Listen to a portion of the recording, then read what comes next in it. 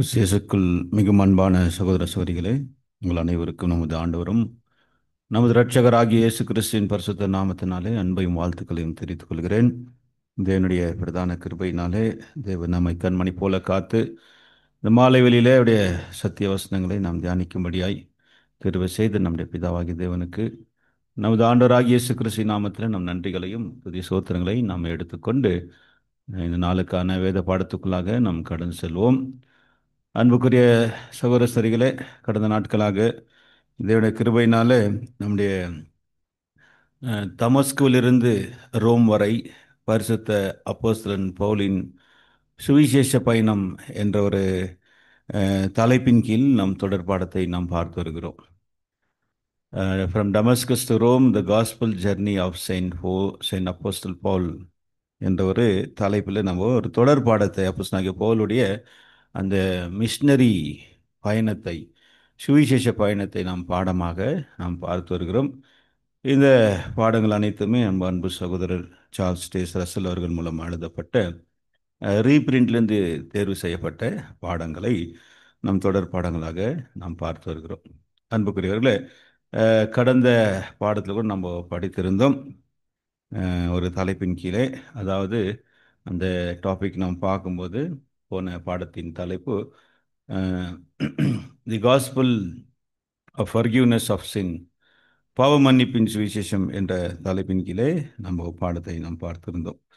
அதாவது இது அப்போஸ்தலர் நடபடிகள் 13ஆம் அதிகாரத்தில் அப்போஸ்தலருடைய அந்த முதல் மிஷனரி பயணத்தை தொடர்ந்து அவங்க செய்த ஊழியத்தில் நமக்கு கிடைக்கக்கூடிய ஒரு பாடங்களை நாம் பார்த்து வந்தோம். ஸோ இன்றைக்கு நாம் தேர்ந்தெடுத்த பாடத்தின் தலைப்பு அநேக உபத்திரவங்கள் வழியாய் தேவனுடைய ராஜ்யத்தில் பிரவேசிக்க வேண்டும்.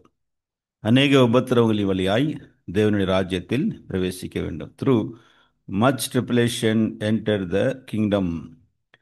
Through much tribulation enter the kingdom என்ற தலைப்பில் நம்ம இன்றைய பாடத்தை நாம் பார்க்க இருக்கின்றோம். அன்புக்குரிய சகோதரர்களே, அப்போஸ்தலர்களுடைய அப்போஸ்தல் பவுலும் பர்னபாவும் தன்னுடைய சுவிசேஷ ஊழியத்தின் முதல் பயணத்தை நம்ம தொடர்ந்து பார்த்து வருகிறோம். 13ஆம் அதிகாரத்திலிருந்து இந்த பயணம் ஆரம்பிக்கிறது. 13 மற்றும் 14ஆம் அதிகாரம் நாம் பார்க்கும்போது அப்போஸ்தலர் நடபடிகள் 13 மற்றும் 14ஆம் அதிகாரம் அப்போஸ்தலர்களுடைய அப்போஸ்தலர் பவுலுடைய முதல் மிஷனரி பயணமாக இருக்கு. ஃபர்ஸ்ட் மிஷனரி டூர் என்று நாம் பார்க்கிறோம். ஸோ அதில் நம்ம போன கடந்த பாடங்களில் 13ஆம் அதிகாரத்தில் நடந்த சம்பவங்களை நாம் தொடர்ந்து பார்த்து வந்தோம். ஸோ இன்றைக்கு அன்புக்குரிய சகோதரர்களே, 14ஆம் அதிகாரத்தில் அப்போஸ்தலராகிய பவுலும் பர்னபாவும் கடைசியாக தங்களுடைய ஊழியத்தை நாம் பார்க்கும்போது எங்கே அங்கே முடித்திருந்தார்கள் என்று சொல்லி நாம் பார்க்கும்போது இங்கே அந்தியோகியாவில், அதாவது பிசிதியாவில் இருக்கக்கூடிய அந்தியோகியாவிலே அவர்களுக்கு அநேக ஊழியத்தின் வாசல் அங்கே கதவு திறக்கப்பட்டிருந்தது. இந்த அந்தியோகியா, அதாவது பிரியமானவர்களே, இது பிசிதியாவில் இருக்கக்கூடிய அந்தியோகியா. நம்ம வரைபடத்தில் பாருங்கள், சார்ட்டில் பிசிதியாவில் இருக்கக்கூடிய அந்தியோகியாவிலே அவருடைய கடைசி ஊழியம். ஸோ அங்கிருந்து அவர்கள் யூதர்களால் துரத்தப்பட்டார்கள் என்று சொல்லி நம்ம பார்க்கிறோம். வசனம் வாசிப்போம். அப்போஸ்தலர்கள் 13ஆம் அதிகாரம் 50ஆம் வசனத்தை 50லிருந்து 51 வரைக்கும் நம்ம வாசிக்கலாம். ஆக்ட்ஸ் ஆஃப் அப்போஸ்தலர் 13th chapter verse 50 and 51 படி. யூதர்கள் பக்தியும் கனமுமுள்ள ஸ்திரீகளை பட்டணத்து முதலாளிகளையும் எடுத்துவிட்டு பவுலையும் பர்னபாவையும் துன்பப்படுத்தும்படி செய்து தங்கள் எல்லைகளுக்கு புறம்பாக அவர்களை துரத்தி விட்டார்கள். இவர்கள் தங்கள் கால்களில் படிந்த தூசியை அவர்களுக்கு எதிராக உதறி போட்டு இக்கோனியா பட்டணத்துக்கு போனார்கள். நல்லா கவனிங்க அன்புக்குரியவர்களே, இந்த வரைபடத்தில் பாருங்க, இங்கே அந்தியோகியாவில் தான் அவங்களுடைய இந்த கடைசி ஊழியம் நம்ம போன பாடத்தில் நம்ம பார்த்துருந்தோம். அதாவது அந்தியோகியாவிலே, பிசிதியாவில் இருக்கக்கூடிய அந்தியோகியா, இது இன்னொரு அந்தியோகியாவாக நம்ம பார்க்க. அங்கே கூட ஆஹ், அநேகமானவர்கள் ஆண்டவரை ஏற்றுக்கொண்டார். முக்கியமாக புறஜாதிகள். யூதர்கள் வந்து அப்போஸ்தலருடைய வார்த்தைகளுக்கு எதிர்த்து நின்றார்கள், அன்புக்குரியவர்கள். ஆனால் புறஜாதிகள் தேவனுடைய வார்த்தையை மகிமைப்படுத்தினார்கள் என்று நம்ம வாசிக்கிறோம். தேவனுடைய வார்த்தைகளை அவர் விசுவாசித்தார்கள், தேவனுடைய வார்த்தையை அவங்க மகிமைப்படுத்தினார்கள். அதில் அந்த இடத்துல கர்த்தருடைய வசனம் மிகவும் பிரசித்தமாயிற்று. 49ஆம் வசனத்தில் வாசிக்கும்போது கர்த்தருடைய வசனம் அத்தேசத்தில் மிகவும் பிரசித்தமாயிற்று. இதை கண்ட யூதர்கள் என்ன செய்தாங்க அப்படின்னு பார்க்கும்போது, பவுலையும் பர்னபாயும் துன்பப்படுத்தும்படி செய்து தங்கள் எல்லைகளுக்கு புறம்பாக அவர்களை துரத்தி விட்டார்கள். அங்கிருந்து துரத்தப்பட்டார்கள். துரத்தப்பட்ட பிறகு அப்போஸ்தலர்கள், அதாவது பவுலும் பர்னபாவும் இவர்கள் தங்கள் கால்களில் படிந்த தூசியை அவர்களுக்கு எதிராக உதறி போட்டு இக்கோனியா பட்டணத்துக்கு போனார்கள். அங்கிருந்து எங்கே வருகிறாங்க அப்படின்னு பார்க்கும்போது இந்த படைப்படத்தில் பாருங்க, அங்கேருந்து இக்கோனியாவுக்கு அவர்கள் வருகிறார். இந்த கலாத்தியா தேசத்தில் இருக்கக்கூடிய இக்கோனியா, போன பாடத்தில் கூட நம்ம பார்த்துருந்தோம். இந்த இந்த நாடு நம்ம பார்க்கும்போது முக்கியமாக இது கலாத்தியா நாடு. இந்த நாட்டில் அநேக சிறு பட்டணங்கள் காணப்பட்டது. இது ஒரு பட்டணம், ஒரு சிட்டி. இது இக்கோனியா என்ற, இக்கோனியன் என்ற ஒரு சிட்டி. இங்கே கலாத்தியா, இது கலாத்தியா நாட்டில் இருந்த ரெண்டு முக்கியமான, மூன்று முக்கியமான பட்டணங்கள் நாம் பார்க்கிறோம். அதில் இக்கோனியா பட்டணத்துக்கு அவங்க வந்ததார்கள் அங்கு பார்க்கிறோம். சரி, இக்கோனியாவில் அவர்கள் ஜெபாலயத்தில் பிரவேசித்து அங்கே என்ன செய்தாங்க அப்படின்னு பார்க்கும்போது ஆண்டுடைய வசனங்களை அவங்க அங்கே சொன்னார்கள் என்று நம்ம பார்க்கிறோம். இங்கே கூட நம்ம பார்க்கும்போது 51ஆம் வசனத்தில் தங்கள் கால்களில் படிந்த தூசியை அவர்களுக்கு எதிராக உதறி போட்டுவிட்டு, ஆண்டவர் இயேசு சொன்னது போலவே, ஒரு பட்டணத்தில் உங்களை ஏற்றுக்கொள்ளாவிட்டால் நீங்கள் என்ன செய்ய, அந்த பட்டணத்தை விட்டு புறப்படும் போது உங்கள் கால்களில் பதிந்த தூசியை உதறி தள்ளிட்டு நீங்கள் போங்க. அந்த தூசி அவர்களுக்கு எதிராக சாட்சியாக இருக்கும் என்பதாக ஆண்டவர் சொன்ன வசனத்துக்கு இசைவாக அப்போஸ்தலர்கள் தங்கள் கால் பதிந்த தூசியை உதறி போட்டுவிட்டு அங்கிருந்து இக்கோனியா பட்டணத்துக்கு வந்ததாக நாம் பார்க்கிறோம். ஸோ இங்கே இக்கோனியாவில் என்ன நடந்தது என்று தொடர்ந்து நம்ம பார்க்கும்போது, இக்கோனியாவிலும் அவர்களுக்கு அநேக பலன் அங்கு கிடைத்ததாக நாம் வாசிக்கிறோம். வாசிப்போம். 14ஆம் அதிகாரம் 1வது வசனத்தை நம்ம வாசிக்கலாம். அப்போஸ்தலர்கள் 14ஆம் அதிகாரம் 1வது வசனத்தை வாசி. இக்கோனியா பட்டணத்திலே அவர்கள் இருவரும் யூதருடைய ஜெபாலயத்தில் பிரவேசித்து ம். யூதரிலும் கிரேக்கரிலும் திரளான ஜனங்கள் விசுவாசிக்கத்தக்கதாக பிரசங்கித்தார்கள். பாருங்க அன்புக்குரியவர்களே, யூதரிலும் கிரேக்கரிலும் இக்கோனியாவில் இருந்த அவர்கள் இருவரும் யூதருடைய ஜெபாலயத்தில் அவங்க பிரவேசித்து அங்கே அநேக யூதர்கள் மற்றும் கிரேக்கர்கள் விசுவாசிக்கத்தக்கதாக அங்கே பிரசங்கித்தார்கள். அநேகர் என்ன அப்படின்னு பார்க்கும்போது எல்லா இடத்துலையும் அவங்களுக்கு எதிர்ப்புகள் காணப்பட்டது. ஒரு சிலர் அவரை, அப்போஸ்தலர்களை ஏற்றுக்கொண்டார்கள், ஒரு சிலர் அப்போஸ்தலர்களை எதிர்த்தார்கள். இங்கே கூட அதே போலவே இங்கே கூட ஒரு சில யூதர்கள், விசுவாசியாத யூதர்கள் அப்போஸ்தலருக்கு விரோதமாக எழும்பி அங்கே பகை உண்டாக்குனாங்க அப்படின்னு பார்க்குறோம். 2ஆம் வசனத்தை வாசிங்க, செகண்ட் வர்ஸ். விசுவாசியாத யூதர்கள் சகோதரருக்கு விரோதமாக புறஜாதியாருடைய மனதை எழுப்பிவிட்டு பகை உண்டாக்கினார்கள். பாருங்க அன்புக்குரிய சகோதரர்களே, அப்போ இங்கே கூட நாம் பார்க்கும்போது அவங்களுக்கான ஒரு எதிர்ப்பு, அன்புக்குரியவர்களே, போகிற இடமெல்லாம் அவங்களுக்கு எதிர்ப்புகள் பலமாக இருந்தது. இங்கே கூட நம்ம யூதர்களால் அவங்களுக்கு வந்த எதிர்ப்புகள், அதனால அங்கிருந்து அவங்க கடந்து போகிறார்கள். ஆனால் ஆண்டவர் அங்கே அந்த இடத்துல கூட அநேக அற்புதங்கள் அவங்க கைகளால் செய்யும்படி தேவன் அவங்களுக்கு அனுகிரகம் பண்ணியிருந்தார்.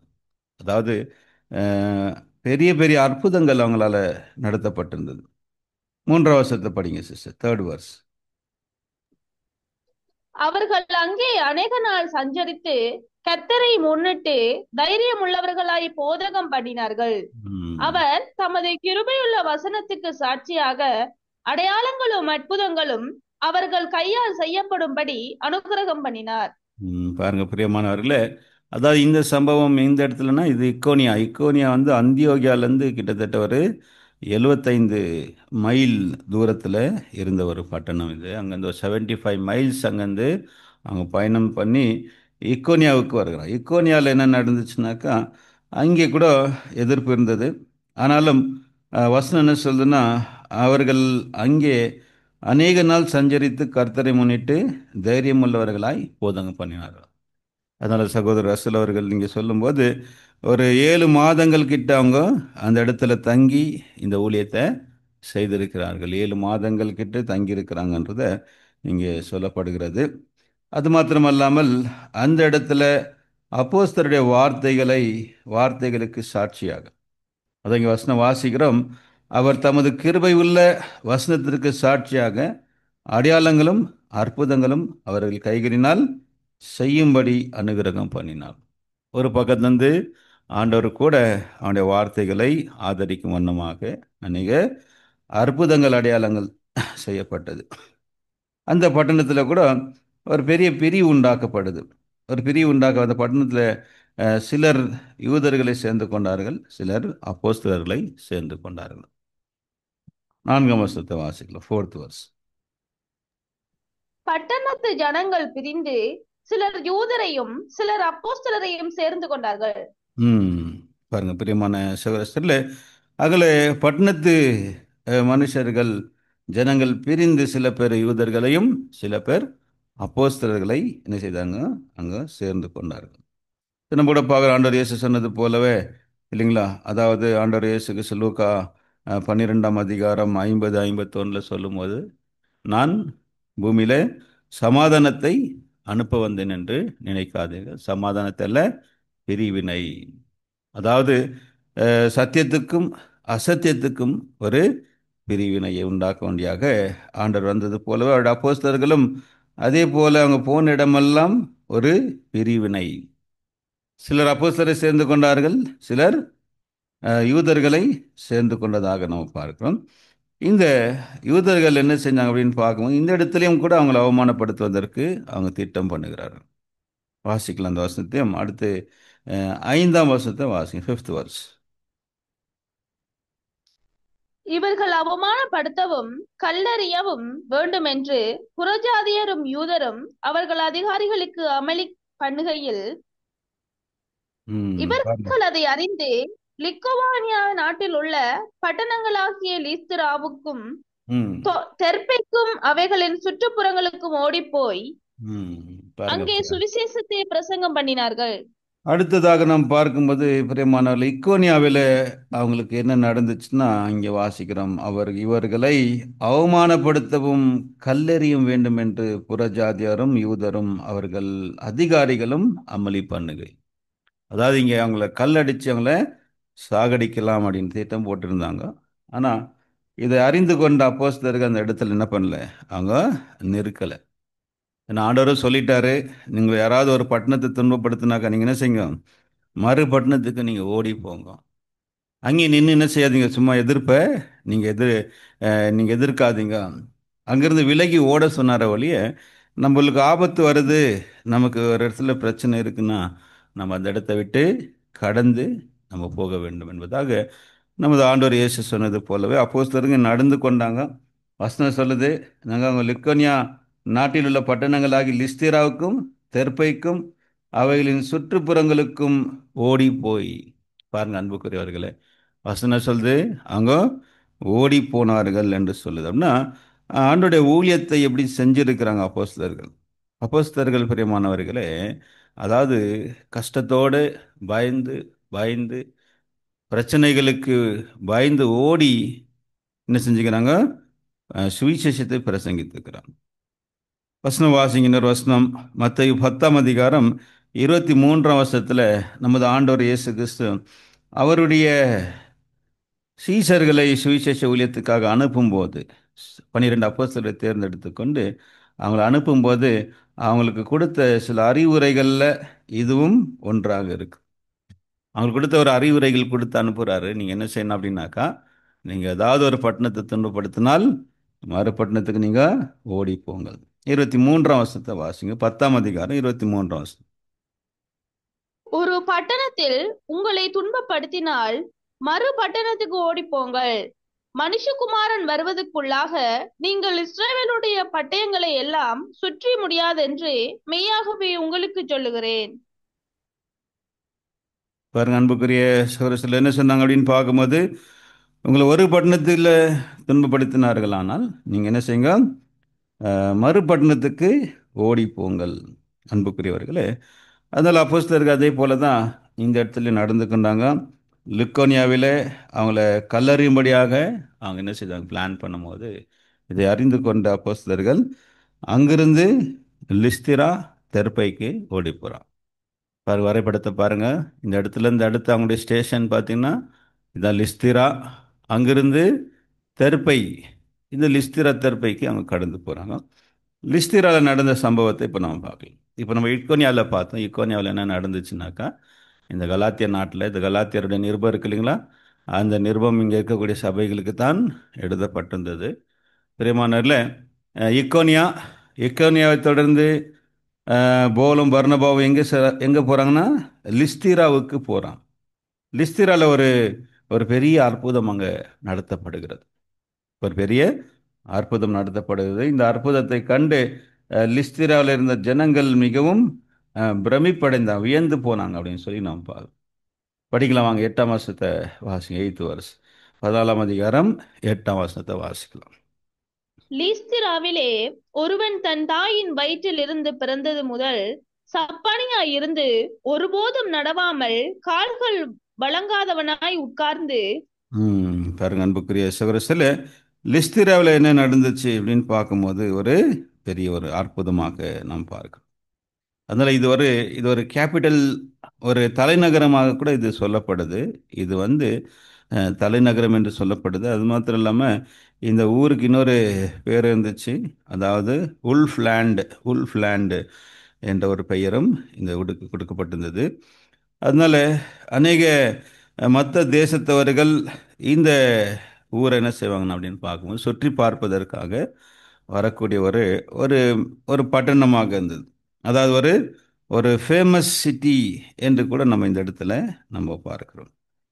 சரி பிரியமானவர்களே, இங்கே என்ன நடக்குது அப்படின்னு பார்க்கும்போது, லிஸ்திராவில் ஒருவன் தன் தாயின் வயிற்றில் பிறந்தது முதல் சப்பானியா இருந்து ஒருபோதும் நடவாமல் கால்கள் வழங்காதவனாக இருந்தார். ஒரு ஒரு லேம், அங்கே கால் வழங்காத ஒரு முடமானவர் அங்கே காணப்பட்டார். அது மாத்திரமல்ல, இவர் என்ன செஞ்சார் அப்படின்னு பார்க்கும்போது, இந்த நபர் என்ன செஞ்சார், ஒரு பேர் இங்கே சொல்லப்படலை. ஆனால் இவர் பவுல் பேசுகிறது என்ன செய்தார் அப்படின்னு பார்க்கும்போது, அவர் அதை கேட்டுக்கொண்டிருந்தார். அப்புறம் ரட்சிப்புக்கு ஏதுவான விசுவாசம் அவர்கிட்ட காணப்பட்டது. வசனம் அடுத்து 9ஆம் வசனத்தை வாசிங்க. 9th verse படிங்க. பவுல் பேசுகிறதை கேட்டுக் கொண்டிருந்தான். ம் அவனை பவுல் உற்று பார்த்து ரட்சிப்புக்கு ஏற்ற விசுவாசம் அவனுக்கு உண்டென்று கண்டு, ம் படிங்க படிங்க, தொடர்ந்து வாசிக்கலாம். நீ எழுந்து காலூன்றி நிமிர்ந்து நில் என்று உரத்த சத்தத்தோடே சொன்னான். ம் உடனே அவன் குதித்தெழுந்து நடந்தான். பாருங்க அன்புக்குரிய சகோதர சரிகள, அப்போ இங்கே நம்ம பார்க்கும்போது இந்த பவுல் பேசுகிறதை அவன் கேட்டுக்கொண்டிருந்தான். அன்புக்குரியவர்களே, இந்த இடத்துல நம்ம கவனிக்க வேண்டிய விஷயம் என்னன்னாக்கா, தேவன் எப்படிப்பட்டவங்களை தேர்வு செய்கிறார் என்பதை நாம் இங்கே பார்க்கிறோம். சப்பானியாக இருந்த இந்த நபரை தேவன் தேர்ந்தெடுக்க, ஏன்னா இவர்கிட்ட என்ன இருந்துச்சு அப்படின்னு பார்க்கும்போது, ரட்சிப்புக்கேற்ற விசுவாசம் அவனுக்கு உண்டு என்று. பாருங்க அன்புக்குரிய, அந்த இடத்துல இவரை தான் போல் அங்கே அப்சர்வ் பண்ணுறாரு. வசனம் சொல்லுது, அவனை போல் உற்று பார்த்து. அப்போ அவர்கிட்ட என்ன காணப்பட்டுச்சு அப்படின்னாக்கா, ரட்சிப்புக்கேற்ற விசுவாசம் அவர்கிட்ட காணப்பட்டது. இப்படிப்பட்ட கோதுமைகளை தான் ஆண்டவர் தேடி போறாருன்றதை நாம் பார்க்கிறோம். அப்போ இவர் செய்த அற்புதம் பார்க்கும்போது, நீ எழுந்து காலொன்று நில் என்று சொன்ன உடனே, உரத்த சத்தத்தோடு சொன்ன உடனே அவன் குதித்தெழுந்து நடந்தான். இந்த அற்புதத்தை பார்த்த அந்த மக்கள் எல்லாமே என்னாயிட்டாங்க, வியந்து பிரமிப்படைந்தாங்க. வாசிகளை எந்த அளவுக்கு இந்த சம்பவத்தை அவங்க எடுத்துக்கினாங்க அப்படின்னு பார்க்கும்போது, அவங்க அந்த லிஸ்திரா ஊர் மக்கள் தேவர்கள் என்னாயிட்டாங்க, மனுஷ ரூபத்தில் அஹ், இறங்கி வந்து விட்டார்கள் என்று நினைக்கும் அளவுக்கு இந்த மாதிரி வராங்க. பாருங்க அன்புக்குரியவர், யாரால இது செய்ய முடியலைங்களா? அதாவது பிறந்ததுலேருந்து இவர் எப்படி இருந்தாரா?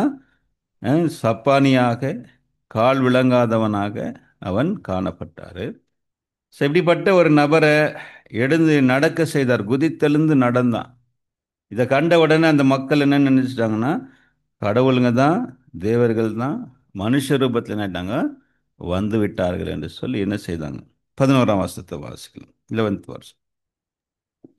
பவுல் செய்ததை ஜனங்கள் கண்டு, ம். தேவர்கள் மனுஷ ரூபம் எடுத்து நம்மிடத்தில் இறங்கி வந்திருக்கிறார்கள் என்று லிக் லிக்கவோனியா பாசையிலே சத்தமிட்டு சொல்லி, ம். ம்.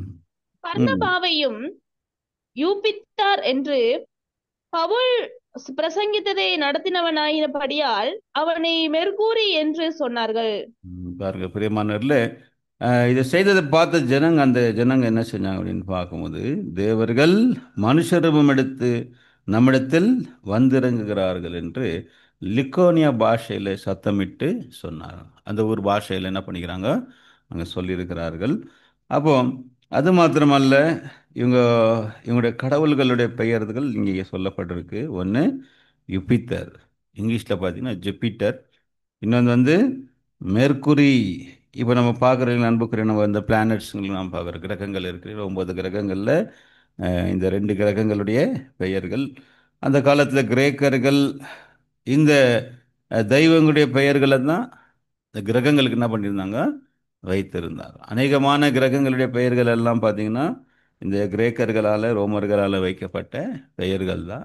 அந்த பெயர்களால் தான் இன்னைக்கு வரைக்கும் அழைக்கப்பட்டிருக்கு. இந்த சன் கூட நீங்கள் பார்த்தீங்கன்னா அது கூட ஒரு தெய்வத்தின் பெயர் தான், சூரியன் அப்படின்னு நம்ம அது அது கூட அவங்க ஒரு தெய்வத்தின், அவங்க வணங்கி கொண்டிருந்த ஒரு தெய்வங்களுடைய பெயராக இருக்கு. ஸோ இப்படி இங்கே கூட நம்ம பார்க்கும்போது பர்னபாவை அவங்க யுப்பித்தர் என்று பெயர் வைத்தாங்க, யுப்பித்தர் கடவுள். அப்புறம் பவுல் வந்து பிரசங்கத்தை நடத்தினதுனால அவருக்கு மெர்க்குரி என்று அங்கே பெயரிட்டதாக நாம் பார்க்கிறோம். அன்புக்குரியவர்களே, அது மாத்திரமல்ல, இவங்களை எந்த அளவுக்கு அவங்க கனப்படுத்த அவங்க விருப்பப்பட்டாங்க அப்படின்னு பார்க்கும்போது, அவங்களுக்கு பலி செலுத்துவதற்கு அவங்க என்ன செய்கிறாங்க, அங்கே துணிந்து வந்தாங்க அப்படின்றது நாம் பார்க்கணும். படிங்க அடுத்த வருஷத்தை, 13ஆம் வருஷத்தை வாசி, 13th verse. அல்லாமலும் பட்டணத்துக்கு முன்னே இருந்த ம். யூபித்தருடைய கோவில் பூஜாசாரி எருதுகளையும் பூமாலைகளையும் வாசலண்டையிலே கொண்டு வந்து ஜனங்களோட கூட அவர்களுக்கு பலியிட மனதாயிருந்தான். பாருங்க பிரியமான சகோதரர்களே, அப்போ அந்த அல்லாமல் அந்த பட்டணத்தில் இருந்த பூசாரி, அதாவது இந்த இருந்த யுப்பித்தருடைய கோவில் பூசாரி என்ன செஞ்சார் அப்படின்னு பார்க்கும்போது, எருதுகளையும் பூமா பூமாலைகளையும் வாசலண்டை கொண்டு வந்து ஜனங்களோட அவர்களுக்கு பலியிட மனதாயிரும். ஏன்னா அந்த காலத்தில் ஒரு அவனுடைய நம்பிக்கை என்னவா இருந்துச்சுனாக்கா, கடவுளுங்க என்னவாங்க மனுஷ ரூபத்தில் வந்து போவாங்க அப்படின்னு.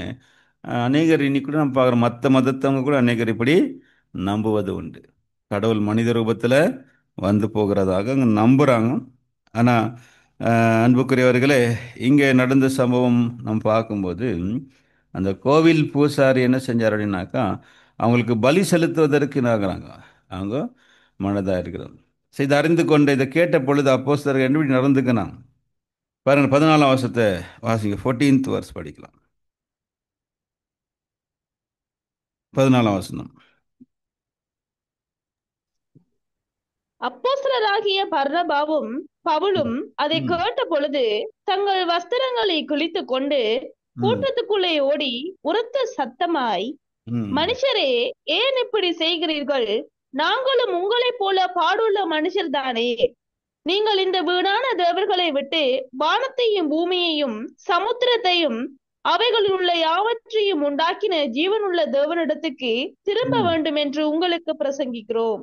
பாருங்க பிரியமானவர்களே, எப்படி நடந்துக்கினாங்க. அவங்களுடைய பலிகளை, அவங்களுடைய அந்த அவங்க செலுத்த வந்த அந்த மரியாதை கனத்தை அவங்க ஏற்றுக்கொண்டாங்களா அப்படின்னு பார்க்கும்போது, அது அவங்க என்ன பண்ணல, நிராகரிக்கிறாங்க. என்ன செஞ்சாங்கனாக்கா, தன்னுடைய வஸ்திரங்களை கிழித்து கொண்டார்கள். கிழித்து கொண்டு உரத்த சத்தமா என்ன சொன்னாங்க அப்படின்னாக்கா, மனுஷரே, ஏன் இப்படி செய்கிறீர்கள்? நாங்களும் உங்களைப் போல பாடுள்ள மனுஷர் தானே. பாருங்க அன்புக்குரிய சகோதர சொல்லு. ஆனால் இன்னைக்கு உலகத்தில் நாம் பார்க்கும்போது மற்ற சீசர்களுக்கும் இயேசு கிறிஸ்துடைய சீசர்களுக்கு இருக்கக்கூடிய அந்த வித்தியாசங்கள் இன்னைக்கு உலகத்தில் நாம் பார்க்குறோம். இன்னைக்கு சாமியார் என்று சொல்லிக் கொள்ளக்கூடியவர்கள், அதாவது அவங்களுடைய கடவுளுடைய, அவங்க வணங்கக்கூடிய அந்த கடவுளுடைய சீசர்களாக தங்களை பிரதிநிதிகளாக சொல்லிக் கொள்ளக்கூடியவங்க எப்படி நடந்துக்கிறாங்க அப்படின்னாக்கா, அவங்க பூஜை செய்வதற்கு அவங்க அனுமதிக்கிறாங்க. மக்கள் அவங்களுடைய கால்களை கழுவுவதற்கு அனுமதிக்கிறாங்க. அவங்களுக்கு மாலை போட்டு பூஜை செய்வதற்கு மனுஷங்க அந்த அந்த ஒரு கணத்தை என்ன செய்கிறாங்க, வரவேற்கிறாங்க இல்லைங்களா? சாமியார்கள் நாம் பார்க்கும்போது எல்லா மதத்திலையும் அதிகமாக அநேக மதங்களில் புறஜாதியார்களுடைய மதங்களிலே தங்களுடைய தெய்வத்தை தங்களுடைய தெய்வத்துடைய பிரதிநிதிகளாக சொல்லிக் கொள்ளக்கூடியவங்க நம்ம இன்னைக்கு நிறைய பேரை பார்க்குறோம் இல்லைங்களா? பேர் சொல்ல வேண்டாம். அநேகர் வந்து தங்களை தெய்வத்துடைய அவதாரமாக சொல்லிக் கொள்கிறாங்க. நான் தான் இந்த தெய்வத்தின் அவதாரம் என்று சொல்லிக்கிறாங்க. அங்கே எப்படி தங்களை காண்பித்துக்கிறாங்க மக்கள் மத்தியில் அப்படின்னும் போது, தங்களை தேவனுக்கு சமமாக கனப்படுத்துவதற்கு தங்களை என்ன பண்ணுறாங்க, அவங்க நடத்து அவங்க கால்களை கழுவுறாங்க. சில பேர் எந்த அளவுக்குனாக்கா, அன்புக்குரியவர்களே, அவங்களுடைய கால்களை கழுவப்பட்ட அந்த தண்ணீர் என்ன செய்கிறாங்க, அந்த பக்தர்கள் வாங்கி குடிக்கிறாங்க. அவங்க கால்கள் பாத பூஜை செய்யப்பட்ட அந்த கால்களை அந்த தண்ணீர் எடுத்து குடிக்கக்கூடிய ஜனங்கள் நாம் பார்க்குறோம். அங்கே மாத்திரமல்ல, கிறிஸ்துவத்துக்குள்ளவும் இப்படி காணப்படுகிறது. கிறிஸ்தவர்களில் கூட நாம் பார்க்கும்போது பிதாவாகிய தேவனுடைய ஸ்தானத்தை எடுத்துக்கொள்ளக்கூடியவங்க இருக்கிறாங்க, ஃபாதர்ஸு இல்லைங்களா? அதாவது பிதாவாகிய தேவனுடைய அந்த ஸ்தானத்தை, அப்புறம் இயேசு கிறிஸ்து கொடுக்க வேண்டிய அந்த கனத்தை அவங்க ஒரு மத்தியஸ்தராக தங்களை காண்பித்துக் கொள்கிறாங்க. தேவனுக்கும் மனுஷருக்கும் அந்த விசுவாசிகளுக்கு அங்கே ஒரு மத்தியஸ்தர், அவங்க மூலமாக தான் நம்ம ஜெபிக்கணும், அவங்க மூலமாக தான் இப்படி அநேகமான மாயக்காரர்கள் நம்ம பார்க்கணும். ஆனால் இந்த இடத்துல அப்போஸ்தலர்கள் எப்படி நடந்து கொண்டாங்க அப்படின்னு சொல்லி நம்ம இங்கே பார்க்கும்போது, பிரியமானவர்களே, அவங்க இது என்ன பண்ணலாங்க, இதை அனுமதிக்கவே இல்லை. தன்னுடைய வஸ்திரங்கள் என்ன பண்ணாங்களாம், கிழித்து கொண்டு உரத்த சத்தம் போட்டு சொன்னாங்க, நாங்கள் கூட யாரு, நாங்கள் கூட உங்களைப் போல பாடுள்ள ஒரு மனுஷங்க தான். நாங்கள் தெய்வங்கள் சொல்லிக்கல, தங்களை ஒரு ஒரு அதிசய பிறவிகள் என்று சொல்லிக்கொள்ளலை. என்ன சொல்லி கொண்டாங்கன்னா, நாங்களும் உங்களைப் போல மனுஷங்க தான். பாருங்க அன்புக்குரியவர்களே, அதாவது தங்களை உயர்த்தி கொள்ளவில்லை, தங்களை தேவனுடைய பிரதிநிதிகளாக என்ன செய்யல, அவங்க உயர்த்தி கொள்ளவில்லை. செய்வர் மாத்திரமல்ல பிரியமானவர்களே, அப்போஸ்தலனாகிய பேதுரு கூட கொர்நேலியு வீட்டுக்கு போகும்போது கூட அங்கே கூட பே கொர்நேலியு அவருடைய பாதத்தில் விழ வந்தபோது அங்கே பேதுரு கூட என்ன சொன்னார் அப்படின்னு சொல்லி நம்ம பார்க்கும்போது, இதே போல் ஒரு வார்த்தையை தான் அங்கே சொல்கிறார் இல்லைங்களா? அவருடைய காலில் விழுந்த போது அது அவர் என்ன செய்யல, அவர் அதை ஏற்றுக்கொள்ளவில்லை. வாசிக்கலாம் வாங்க வசனத்தை. அப்போஸ்தலர்கள் 10ஆம் அதிகாரம் 25ஆம் வசனத்தை நம்ம வாசிக்கலாம்.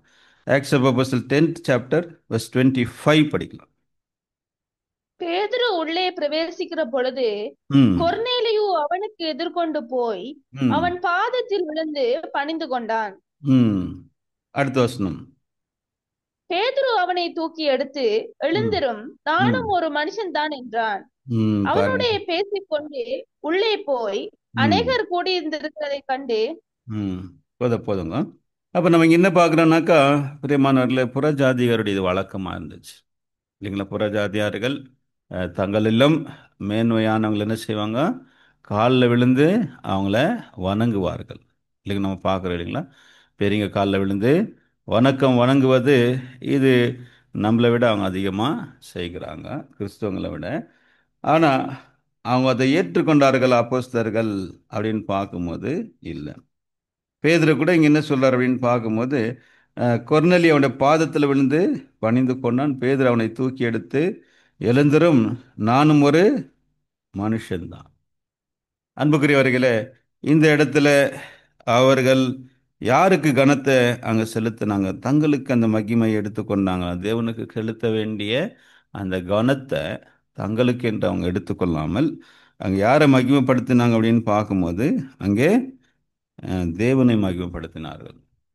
பிரியமானவர்களே, அதனால எப்பொழுதுமே தேவனுடைய ஊழியக்காரர்கள் யார் அங்கே மகிமைப்படுத்தணும் அப்படின்னு பார்க்கும்போது எல்லா மகிமையும் தேவனுக்கே செலுத்தக்கூடியவங்களா இருக்கணும். தங்களை எப்படி அவங்க கம்பேர் பண்ணிக்கணும்னாக்கா, அங்கே அப்போஸ்தலர் சொன்னது போலவே நாங்களும் உங்களைப் போல பாடுள்ள ஒரு மனுஷர் தானே. நாங்கள் கூட யாருன்னா ஒரு ஆர்டினரி பீப்புள், ஆர்டினரி பீப்புள் என்று சொல்லி தங்களை சொல்லிக் கொண்டதை நாம் பார்க்குறோம். தாங்கள் ஏதோ ஒரு பெரியவங்களா தாங்களை என்ன பண்ணிக்கல, காண்பித்துக் கொள்ளவில்லை. சரி, அங்கே அந்த இடத்துல நம்ம பார்க்கும்போது அப்போஸ்தலர்கள் இங்கே பவுல் பர்னபா யாரை வணங்கும்படியாக சொன்னாங்க அப்படின்னு பார்க்கும்போது தேவன் என்ன செய்யுங்க, தேவனை பணிந்து கொள்ளும்படியாக சொல்லி. இது நம்ம பழைய இதில் கூட நம்ம பார்க்கும்போது தேவ தூதர்களை கூட தேவ தூதர்கள் கூட தங்களை வணங்குவதை என்ன செய்யல, அவங்க அவங்க அனுமதிக்கலை. வெளிப்படுத்தின விசேஷத்தில் நம்ம பார்க்கும்போது யோவான் என்ன செய்கிறார் அப்படின்னு பார்த்தீங்கன்னாக்கா, அந்த தூதனுடைய காலில் விழுறாரு.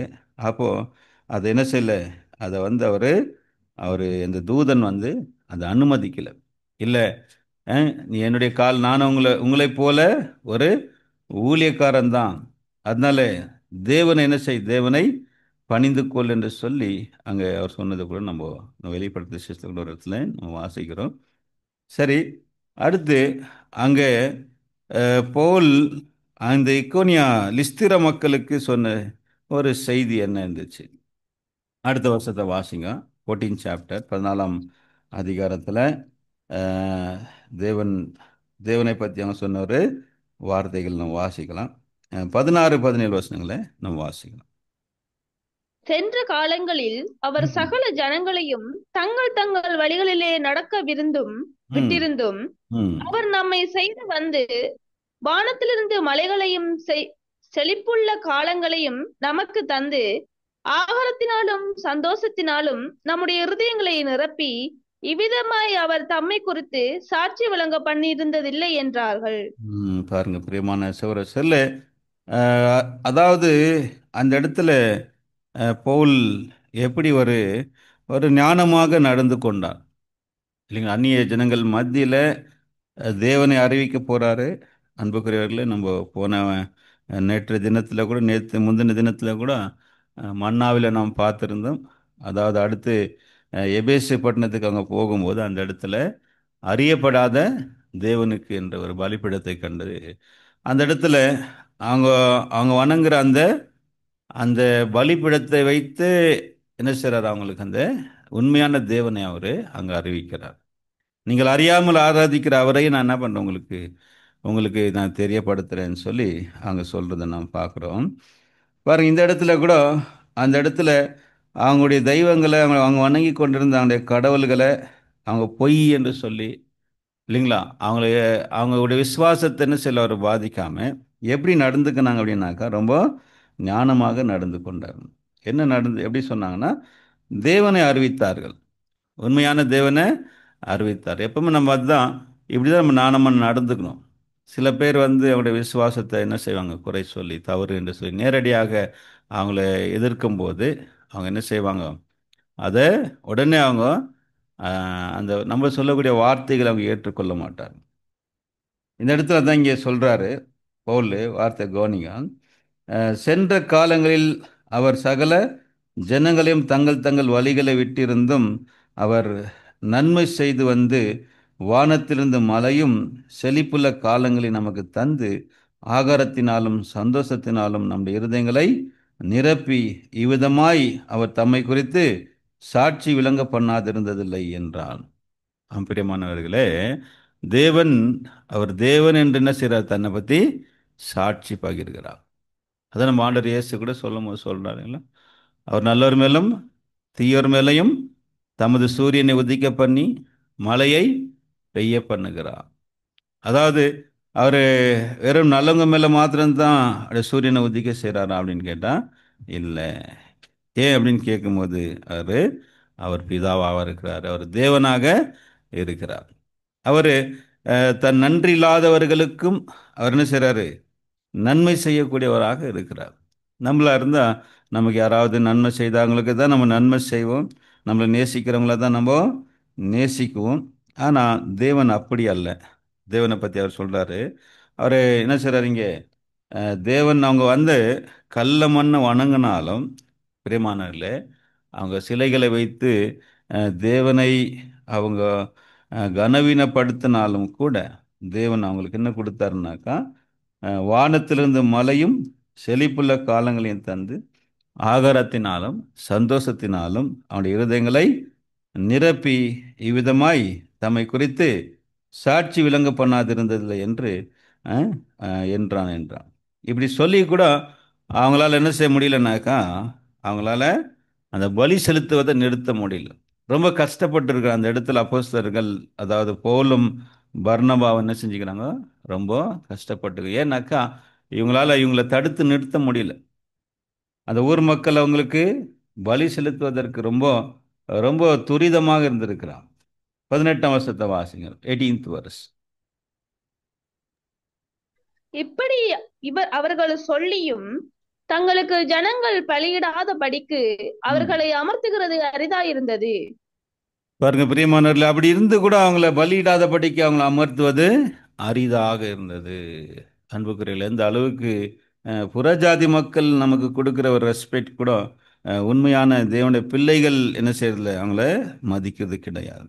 இல்லைங்களா? ஆண்டவர் இயேசு சொல்லும் போது சொல்றாரு, ஒரு தீர்க்கதரிசிக்கு தன்னுடைய சொந்த வீட்டிலும் சொந்த ஊரிலும் சொந்த ஜனங்க கிட்ட என்ன இருக்காது?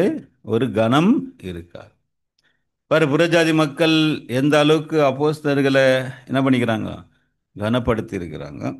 ஆனா இந்த இடத்துல பாருங்க அன்புக்குரியவர்களே, யூதர்கள் அவங்கள ஓட ஓட துரத்துனாங்க. புறஜாதிகள் பாருங்க அன்புக்குரிய சகோதரர்களே, அவங்க கண்ட அந்த அற்புதங்களை பார்த்த உடனே அவங்கள எப்படி அவங்க கனப்படுத்தி இருக்கிறாங்கன்னா, அவங்கள இந்த பலி செலுத்துவதை தடுத்து நிறுத்துவதற்கு அவங்களால் கூடாதிருந்தது என்று சொல்லிப்பாங்க. ஏன் அப்படின்னு பார்க்கும்போது, இந்த யூதர்கள் பாருங்க, அப்போஸ்தலர் பர்னபா ரெண்டு பேரும் ஒரு யூதர் தான். அந்த யூதர்கள் கூட அவங்களுடைய சகோதரர்கள் தான். இல்லைங்களா? சொந்த இஸ்ரேல் மக்கள் தான். ஆனா அவங்க அவர் என்ன பண்ணல, அவரையும் அவருடைய அப்போஸ்தலர்களையும் ஏற்றுக்கொள்ளலை. அதான் இங்கே பார்க்கும்போது காரணம் என்னன்னாக்கா, அவங்கள பற்றி இங்கே பிரதர் சொல்லும்போது என்ன சொல்கிறேன்னா, அவங்கெல்லாம் ஒரு ஃபால்ஸ் பிரதராக இருந்தாங்க அப்படின்னு சொல்கிறான். யார்? It is still true that there are பெரிய பெரில்ஸ் அமாங் ஃபால்ஸ் பிரதரன். அப்புறம் இன்னொரு வார்த்தை அங்கே யூஸ் பண்ணுறார் பிரியமானே, அதாவது ஜூடா spirit is to be expected now. அதே போல் நம்முடைய காலத்தில் என்ன செய்யலாம்? இந்த யூதாஸுடைய ஒரு ஆவி உள்ளவங்கள இப்போ கூட நம்ம என்ன பண்ணலாம்? நம்முடைய காலகட்டங்களில் கூட நம்ம எதிர்பார்க்கலாம் என்று சொல்லி நம்ம பார்க்கலாம். ஆனால் புறஜாதிகள் மத்தியில் அவங்களுக்கு இருந்த அந்த ஒரு மரியாதை நம்ம இங்கே தெரியப்படுத்துது. சரி, அடுத்து பாருங்க, அடுத்து என்ன நடந்துச்சுன்னா, இங்கே நடந்த சம்பவத்தை கேள்விப்பட்டு இக்கோனியாவிலிருந்து அப்புறம் அந்தியோகியாவிலிருந்து யூதர்கள் என்ன பண்ணுறாங்க? அங்கே தொடர்ந்து வராங்க. கவனிங்க பாருங்க, அடுத்த வருஷத்தை பாசிங்க. வசனம் 19ஆம் வசனம் என்ன செஞ்சாங்க பாருங்க அன்புக்குரியவர்களே. படிங்க சிஸ்டர். பின்பு அந்தியோக்கியாவிலும் ம். இக்கோனியாவிலும் இருந்து சில யூதர்கள் வந்து ஜனங்களுக்கு போதனை செய்து பவுலை கல்லறிந்து ம். அவன் மரித்து போனான் என்று எண்ணி அவனை ம். பட்டணத்துக்கு வெளியே இழுத்து கொண்டு போனார்கள். பாருங்க அன்புக்குரிய சகோதர செல்லை, கவனிங்க. இங்கேருந்து அந்தியோகியாலேருந்து பாருங்க, கிட்டத்தட்ட நம்ம பார்த்தோம், அந்தியோகியாலேருந்து இக்கோனியாவுக்கு ஒரு 75 மைல்ஸ், ஒரு 75 மைல் தூரத்தில் இருக்கு. அப்புறம் லிஸ்திரா.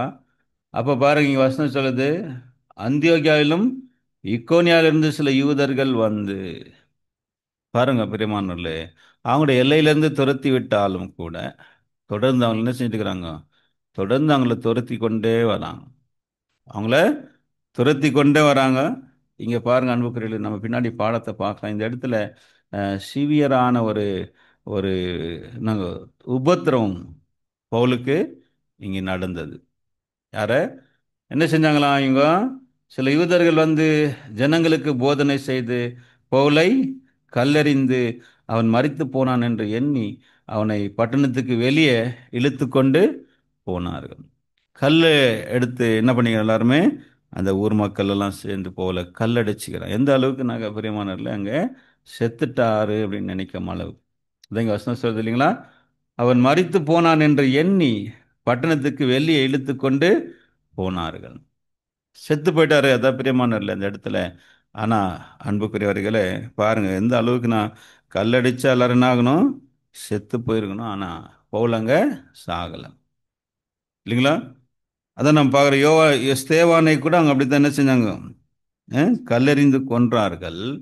ஆனா இங்க பவுல் அவங்களால கொல்ல முடியல, இல்லைங்களா? கல்லடித்தாங்க. எந்த அளவுக்குன்னா செத்து போயிட்டாரு.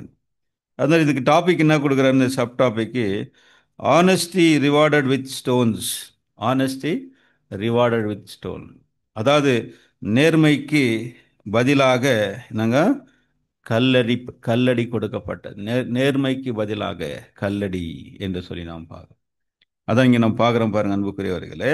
அப்போஸ்தலர்கள் செய்த இந்த நேர்மையான இந்த ஊழியத்துக்கு அவங்களுக்கு கிடைத்த அந்த பலன் எந்த இடத்துல? இது இது லிஸ்திரால அவங்களுக்கு நடந்தது. அது முக்கியமா பவுலுக்கு, இல்லைங்களா? கல்லறிந்து கொன்றார்கள் என்று சொல்லி அங்கே அடித்தாங்க. ஆனாலும் அவர் அங்கே சாகல. பிரியமானல்ல என்ன நடந்துச்சு? 20ஆம் வருஷத்தை வாசிங்க. சீசர்கள் அவங்கள சூழ்ந்து சூழ்ந்து நிற்கையில் அவர் எழுந்து என்ன செய்றார்? பட்டணத்துக்குள் பிரவேசித்தாங்க. படிங்க அடுத்த வருஷத்தை வாசிங்க. 20th verse. சீசர்கள் அவனை சூழ்ந்து நிற்கையில் அவன் ம் எழுந்து பட்டணத்துக்குள் பிரவேசித்தான். ம் மறுநாளில் பர்னபாவுடனே கூட தெர்பைக்கு புறப்பட்டு போனான். பாருங்க பிரியமான சௌரசல், அடுத்து என்ன சொல்றாருனாக்கா, அஹ், சீசர்கள் அவனை சூழ்ந்து நிற்கையில் எல்லாரும் சேர்ந்து பவுலுக்காக ஜெபித்திருக்கிறாங்க. பிரியமானவர்களே, இதுவும் ஒரு பெரிய அற்புதம் தான் ஆக்சுவலி பார்த்தீங்கன்னா. அதான் இங்கே சகோதரர் சொல்லும்போது நாங்கள் இது இது ஒரு சூப்பர் நேச்சுரல் ஸ்ட்ரென்த் அப்போஸ்தலருக்கு கிடைச்சிருக்கு. ஒரு divine power, evidently some divine power, இல்லைங்களா? ஒருத்தர் கல் அடிச்சா இவ்வளோ, அதாவது ஒரு கல் ரெண்டு கல் அல்ல பிரியமானவர்களே, யூதர்கள் அங்கங்கே கற்களை குவிச்சு வச்சிருப்பாங்க. யாராவது விபச்சாரத்தில் அகப்பட்டால் இல்லை ஏதாவது ஒரு குற்றத்தில் அகப்பட்டாங்க அப்படின்னாக்கா, மோசடி நியாயப்பிரமாணம் என்ன சொல்லணும்னா அவங்கள கல்லெறிந்து கொல்லணும்.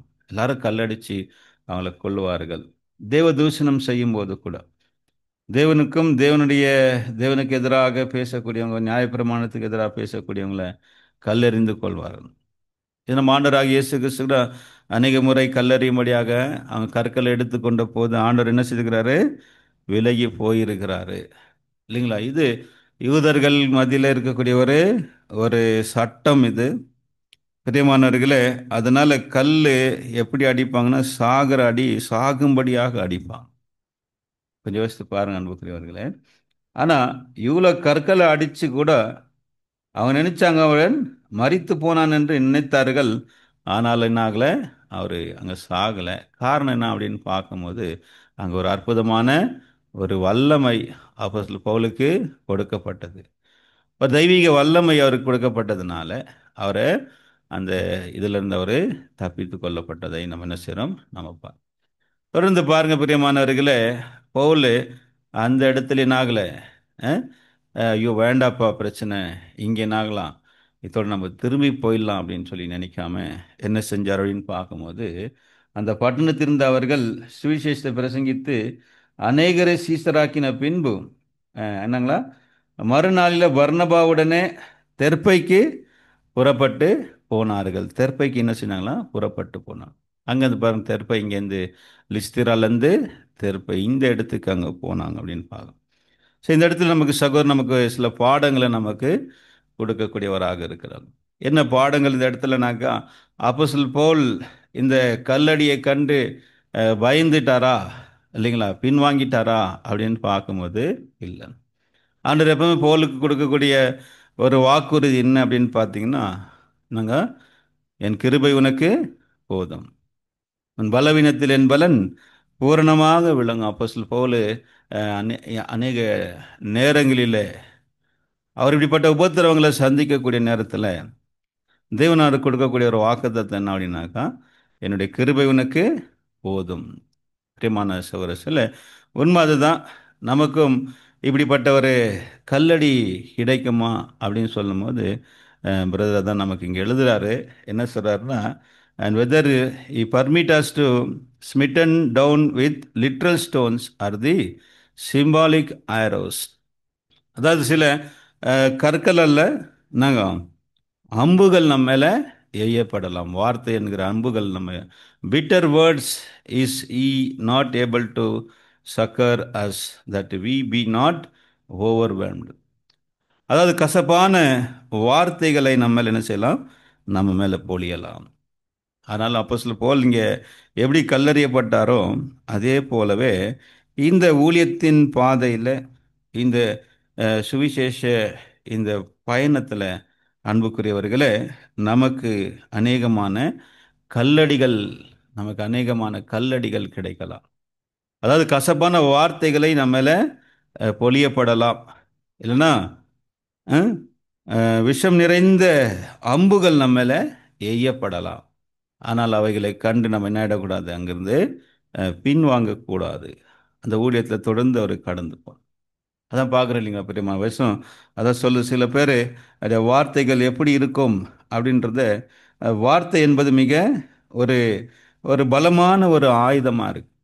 வார்த்தை பார்த்தீங்கன்னா பெரியமானவர்ல வேர்ட்ஸ் பார்த்தீங்கன்னா ரொம்ப பலமானதாக இருக்குது. அது அம்பு போல இருக்குது. அடுத்து இன்னொரு இடத்துல சொல்லும்போது நீதிமொழிகள் 12ஆம் அதிகாரம் 18ஆம் வசனத்தை வாசிக்கலாம். சிலோட வார்த்தைகள் எப்படி இருக்கும் அப்படின்னு பார்க்கும்போது பட்டய குத்து போல குத்தக்கூடியவர்களாக இருப்பான். நம்மளும் இப்படி தான் நம்முடைய வார்த்தைகளை பயன்படுத்துகிறோமா என்பது நமக்கு ஒரு ஒரு பாடமாக இருக்கு. நம்ம கூட மற்றவர்களை காயப்படுத்துவதற்காக, மற்றவங்களை காயப்படுத்துவதற்காக நம்ம இப்படிப்பட்ட கசப்பான வார்த்தைகளையும் கத்தி போன்ற வார்த்தைகளை நாம் பயன்படுத்துகிறோமா என்பதை நம்ம இங்கே கவனிக்க வேண்டிய ஒன்றாக இருக்கு. பிரியமானவர்கள், நம்முடைய வார்த்தைகள் எல்லாருக்கும் எப்படி இருக்கணும், ஆசீர்வாதமாக இருக்கணும். அதான் இப்போ நம்முடைய சகோதரர் சிலவர்கள் கூட காலை தியானத்தில் எழுதும்போது, என்னுடைய வார்த்தைகள் எல்லாருக்கும் ஆசீர்வாதமாகும் மிருதுவாக இருக்க நான் என்ன செய்வேன், நான் முயற்சி செய்வேன் அப்படின்னு சொல்கிறேன். வசன வாசிங்க. நீதிமொழிகள் 12:18 வசனத்தை வாசி. பட்டய குத்துக்கள் போல் பேசுகிறவர்களும் உண்டு, ம் ஞானமுள்ளவர்களுடைய நாவோ ஔஷதம். பாருங்க அன்புக்குரியவர்கள், எப்படிப்பட்ட ஒரு வார்த்தை இதுனாக்கா, சிலோட வார்த்தைகள் எப்படி இருக்கும் அப்படின்னாக்கா, பட்டய பட்டய குத்து போல, அதாவது கத்தி குத்துவது போல, இல்லைங்களா, கத்தி குத்துற மாதிரி சிலோட வார்த்தைகள் இருக்கும் என்று சொல்றாரு. ஆனால் சிலோட வார்த்தைகள் எப்படி இருக்குமா, இந்த வசனத்தை வாசிக்கிறோம், ஞானமுறவர்கள் நாவோ ஔஷதம். ஔஷதம் என்றால் மருந்து. ஞானமுள்ளவர்கள் தன்னுடைய வார்த்தைகளை, இல்லைங்களா, எப்படி பயன்படுத்துவாங்க அப்படின்னு பார்க்கும்போது காயப்பட்டவர்களுக்கு அதை மருந்தாக பயன்படுத்துவாங்க. அன்புக்குரிய அதான் இங்கே கூட நம்ம பார்க்குறோம். சிலருடைய வார்த்தைகள் எப்படி இருக்குன்னு பார்த்தோன்னா, யாக்கோபு சொல்கிறார், சிலருடைய வார்த்தைகள் என்ன இருக்கான், நெருப்பு. சிலருடைய வார்த்தைகள் வந்து நாக்கு வந்து நெருப்பை போல சுட்டரிக்கக்கூடிய பவர் யூஸ் பண்ணும். அன்புக்குரியவர்களே, நம்முடைய நாவுகள் எப்படி பயன்படுத்தப்படுது, மற்றவர்களுக்கு ஆறுதலையும் மருந்தாக பயன்படுத்தப்படுதா, இல்லை எப்படி பயன்படுத்தப்படுது, அது நம்ம இங்கே ஒரு பாடமாக இருக்கு.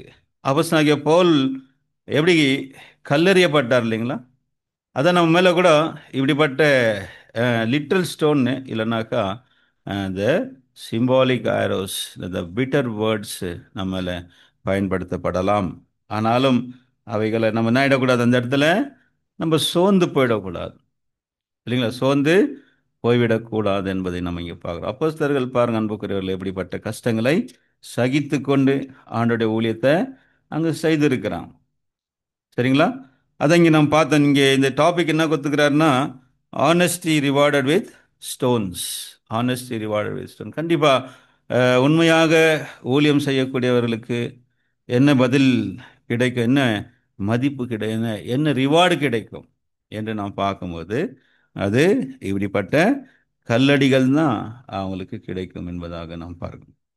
சரி, அடுத்து நாம் பார்க்கும்போது பிரியமானவர்களே, இதுதான் கிறிஸ்தவ வாழ்க்கை. இதை நாங்கள் இது நம்ம கடந்து போகக்கூடிய ஒரு வார்த்தை. பாதை தான், இந்த பாதை தான் இருக்குது, வேற பாதை கிடையாது, இல்லைங்களா. இந்த பாதையில் தான் நம்ம என்ன ஆகணும், கடந்து போகணும். இந்த அப்போஸ்தலர்கள் ஆண்டவர் இயேசு கிறிஸ்துவும் அப்போஸ்தலர்கள் கடந்து போன இந்த பாதை என்ன பாதை இருக்கு? உபத்திரவத்தின் வழி. அதான் சகோதரர் ரசல் இந்த பாடத்துக்கு என்ன டாபிக் கொடுத்தாருன்னா, அநேக உபத்திரங்கள் வழியாய் தேவனுடைய ராஜ்யத்தில் பிரவேசிக்க வேண்டும். Through much tribulation enter the kingdom of God. அடுத்து 22ஆம் வசனத்தை வாசிக்கும். அதுதான் அங்கே சொல்றாரு. என்ன சொல்றாரு பாருங்க. அவங்க அங்கிருந்து சுவிசேஷத்தை பிரசங்கித்துட்டு எங்க போனாங்க அப்படின்னு பார்க்கும்போது, அங்கே அங்கிருந்து டெப்ரேக் போறாங்க இல்லைங்களா? அஹ், படிங்க சிஸ்டர், 21ஆம் வசனம் வாசிங்க. அந்த பட்டணத்தில் அவர்கள் சுவிசேஷத்தை பிரசங்கித்து ம் அநேகரை சீசராக்கின பின்பு ம் லீஸ்திரியாவுக்கும் இக்கோனியாவுக்கும் அந்தியோக்கியாவுக்கும் திரும்பி வந்து ம் பாருங்க, திருப்பி ரிட்டர்ன் அங்கேருந்து சீசருடைய பாருங்க. இங்கே பாருங்க அன்புக்குரியவர், இந்த படத்தில் பாருங்க. கடைசி இவ்வளோ தூரம் அவங்களுடைய முதல் ஜெர்னி பாருங்க, எங்கே ஸ்டார்ட் ஆச்சு? அந்தியோகியாலேருந்து சைப்ரஸ் வந்தாங்க. இது வந்து பர்னபாவுடைய சொந்த ஊர். இங்கிருந்து அவங்களுடைய ஊழியங்களை நிறைவேற்றி விட்டு அங்கேருந்து பெர்கே, அங்கேருந்து பிசிதியாவில் இருக்கக்கூடிய அந்தியோகியாவுக்கு போனாங்க. ரெட் லைன், நீங்கள் ரெட் லைன் பார்த்துருக்கீங்கன்னா அதுதான். அங்கேருந்து இக்கோனியாவில் பார்த்தோம் இல்லைங்களா? இப்போ நம்ம இக்கோனியாவில் தான் நம்ம பார்த்து இக்கோனியாவில் என்ன நடந்துச்சு அப்படின்னு பார்க்கும்போது, அங்கேயும் ஜெபாலயத்தில் பிரவேசித்தார்கள். அநேகரை சீசராக்குனாங்க. சிலர் அப்போஸ்தலர்களையும் சிலர் யூதர்களையும் சேர்ந்து கொண்டார்கள். அங்கிருந்து அவங்க துரத்தப்பட்டாங்க. அங்கிருந்து நாங்கள் அங்கிருந்து யூதர்களால் துரத்தப்பட்ட பின்பு அங்கேருந்து எங்கே போனாங்க? லிஸ்திரால போனாங்க. லிஸ்திரால ஜெபாலயத்தில் அவங்களுடைய பிரசங்கம் நடக்கலை. அந்த பிரசங்கம் வந்து பப்ளிக்கில் நடந்துச்சு, அதாவது வெளிப்புறத்தில். அந்த இடத்துல தாயின் வயிற்றில் நாங்கள் சப்பானியாக இருந்த ஒருத்தரை அவங்க என்ன செய்கிறாங்க, அங்கே அவர் பவுல் அப்போஸ்தலர் அவரை நடக்க வைக்கிறார் இல்லைங்களா? அந்த ஒரு அற்புதத்தை கண்டு அந்த ஊர் மக்கள் அவரை ரொம்ப பெரிய கனத்தை அவங்களுக்கு செய்கிறாங்க. அவங்களுக்கு தேவர்கள் பூமியிலிருந்து இறங்கி வந்துட்டாங்க அப்படின்னு சொல்லி அவருக்கு என்ன பேர் வைக்கிறாங்க? ஒருத்தருக்கு பவுலுக்கு பர்னபாக்கு பீத்தர், பவுலுக்கு மெர்க்குரி என்று பெயராங்க. ஸோ அதாவது அவங்களுடைய கடவுளுடைய பெயரை வைக்கிறாங்க.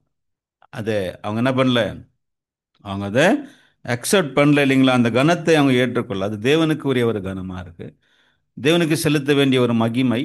அது தங்களுக்கு அவங்க எடுத்துக்கொள்ளாம அவங்க அங்கே கடந்து அங்கே அவங்களுக்கு சில அறிவுரைகளை கொடுத்துட்டு அங்கேருந்து கடந்து போகிறோம். இப்போ அடுத்து நம்ம பார்த்தோம் பிரியமானவர்களே, அந்த இதே லிஸ்திரால அப்போஸ்தலர் பவுல் கல்லெறியப்பட்டதை நாம் பார்த்தோம் கடைசியாக. ஸோ அங்கிருந்து அவங்க எங்கே போனாங்கன்னா தெர்பை. பாருங்க, இங்கே தெர்பை, இங்கே தான் அவங்களுடைய இந்த முதல் மிஷினரி ஜர்னி என்ன ஆகுது, எண்ட் ஆகிட்டு இங்கே என்ன ஆகுறாங்க, ரிட்டர்ன் போகிறாங்க. ரிட்டர்ன் போகிற வழியில் என்ன செஞ்சாங்க அப்படின்னு பார்க்கணும். 21ஆம் வருஷத்தில் அந்த பட்டணத்தில் அவர்கள் சுவிசேஷத்தை பிரசங்கித்து அநேகரை சீசராக்கின பின்பு லிஸ்திராவுக்கும் இக்கோனியாவுக்கும் அந்தியோகியாவுக்கும் திரும்பி வந்து ரிட்டர்ன் அதே ரிவர்ஸ் போகிறாங்க. லிஸ்திரா, இக்கோனியா, அப்புறம் அந்தியோகியா இல்லைங்களா? அப்புறம் இங்கே இருந்த இங்கெல்லாம் ஆல்ரெடி நிறைய சபைகள் என்ன பண்ணியாச்சுங்க, ஸ்தாபித்தாயிடுச்சு. நிறைய எஸ்டாப்ளிஷ் பண்ணிட்டாங்க, சர்ச் எஸ்டாப்ளிஷ் ஆச்சு. அங்கே அநேகர் விசுவாசிகளாக ஆண்டவரை ஏற்றுக்கொண்டவர்கள் அநேகர் இருந்தாங்க. அவர்களுக்கு இப்போ போல் சொன்ன இந்த ஒரு புத்திமதி. 22ஆம் வசனத்தை வாசி, 22 படிங்க. சீசருடைய மனதை திடப்படுத்தி ம் விசுவாசத்திலே நிலைத்திருக்கும்படி அவர்களுக்கு புத்தி சொல்லி ம் நாம் அநேக உபத்திரவங்களின் வழியாய் தேவனுடைய ராஜ்யத்தில் பிரவேசிக்க ம் வேண்டும் என்று சொன்னார்கள். பாருங்க பிரியமான சகோதரர்கள, என்ன சொல்றாங்க அப்படின்னு பார்க்கும்போது, அவங்க சீசருடைய மனதை திடப்படுத்தி விசுவாசத்தில் நிலைத்திருக்கும்படி அவர்களுக்கு புத்தி சொல்லி இல்லைங்களா? என்ன அவங்களுக்கு அட்வைஸ் கொடுத்தாங்க அப்படின்னு பார்க்கும்போது, பிரியமானல, இனிமேல் உங்களுக்கு எந்த பிரச்சனையும் இருக்காது. நீங்கள் ஆண்டவர்கிட்ட வந்துட்டீங்கள, இனிமேல் உங்கள் வாழ்க்கை ஓஹோன்னு என்ன இருக்கும், ஆனந்தமாகவும் சந்தோஷம் மகிழ்ச்சியாக இருக்கும்னு அப்படி சொல்லலை. என்ன சொன்னாங்க? நாம் அநேக உபத்திரவங்களின் வழியாய் தேவனுடைய ராஜ்யத்தில் பிரவேசிக்க வேண்டும் என்று சொன்னார். பிரியமான, இன்னைக்கு கிறிஸ்தவ மண்டலம் கிறிஸ்தவர்கள் இல்லைங்களா, இப்படி என்ன பண்ணுறீங்க, ஆண்டவர்கிட்ட வந்தால் உங்களுக்கு கஷ்டங்கள் பிரச்சனைகள் போராட்டங்கள்லாம் முடிஞ்சு நீங்கள் ஆசீர்வாதமாக சமாதானமாக இருப்பீங்கன்னு சொல்கிறாங்க. ஆனால் நிச்சயமாக நமக்கு என்ன இருக்காது, இந்த உலகத்தின் பிரகாரமான சமாதானம் நமக்கு கிடைக்காது. நம்ம என்ன தொடர்ந்து நம்ம துரத்தோம் அப்படின்னு பார்க்கும்போது, நாங்கள் உபத்திரவங்கள் தான் நம்மை துரத்தும். பிரச்சனைகளும் போராட்டங்கள் மற்றவங்களை விட நமக்கு என்னவா இருக்கும்? அதிகமாக இருக்கும். தேவனுடைய பிள்ளைகளுக்கு தான் அதிகமான போராட்டங்கள் இருந்து இருக்கும். அதான் வேதம் சொல்லி இதுதான் வழி. இதை நாங்கள் இதுதான் ஆண்டவர் இயேசு கடந்து போன வழி. அதே வழியில் தான் யார் கடந்து போனாங்க? அப்போஸ்தலர் கடந்து போனாங்க. அதை தான் நமக்கு புத்தியா சொன்னாங்க. அநேக உபத்திரவங்களின் வழியாக தேவனுடைய ராஜ்யத்தில் நாம் பிரவேசிக்க வேண்டும் என்று அவர்களுக்கு சொன்னார்கள். ஆண்டவர் இயேசு கிறிஸ்து அதான் சொல்லியிருக்கிறாரு. வாசிங்க யோவான் 16:33 வசனத்தை நம்ம வாசிக்கலாம். ஜான் 16:33 படிங்க, பாஸ்டா படிங்க. யோவான் 16:33. என்னிடத்தில் உங்களுக்கு சமாதானம் உண்டாயிருக்கும் பொருட்டு இவைகளை உங்களுக்கு சொன்னேன். ம் படிங்க அடுத்த. உலகத்தில் உங்களுக்கு உபத்திரவம் உண்டு, ம் ஆனாலும் திடங்கொள்ளுங்கள், நான் ம் உலகத்தை ஜெயித்தேன் என்றார். பாருங்க அன்புக்குரியவர்களே, என்ன சொல்லிட்டாரு? உலகத்தில் நமக்கு உபத்திரம் உண்டு. ஆனால் அநேகர் நம்ம எப்படி எதிர்பார்க்குறோம் அப்படின்னாக்கா, உபத்திரவம் அப்படின்னா மற்றவங்க வந்து நம்மளை அப்போஸ்தலர்களுக்கு செஞ்சாங்க இல்லைங்களா, கல்லெறிந்து அடிப்பது, பட்டயத்தினால நம்ம சிரசேதம் பண்ணுறது, இந்த மாதிரி தான் அநேகர் நம்ம அதுதான் உபத்திரம் நம்ம நினைக்கிறோம். ஆண்டவர் இயேசு கிறிஸ்து நடந்தது போலவும். பிரியமானவர்களே, நமக்கு நம்முடைய காலகட்டங்கள் அப்படிப்பட்ட ஒரு காலகட்டம் நம்ம வாழ்ந்துட்டு இல்லை. நம்முடைய காலத்தில் யாராவது கல்லடிச்சு கொல்லக்கூடிய நிலை இருக்குதா இப்போ இந்த காலகட்டம்னா? இது அப்படிப்பட்ட காலகட்டங்கள் அல்ல. ஆனால் நமக்கு என்ன மாதிரி கற்கள் எறியப்படும், அதை நம்ம முன்னாடி பார்த்து இல்லைங்களா, என்ன சொல்லியிருக்கிறாரு?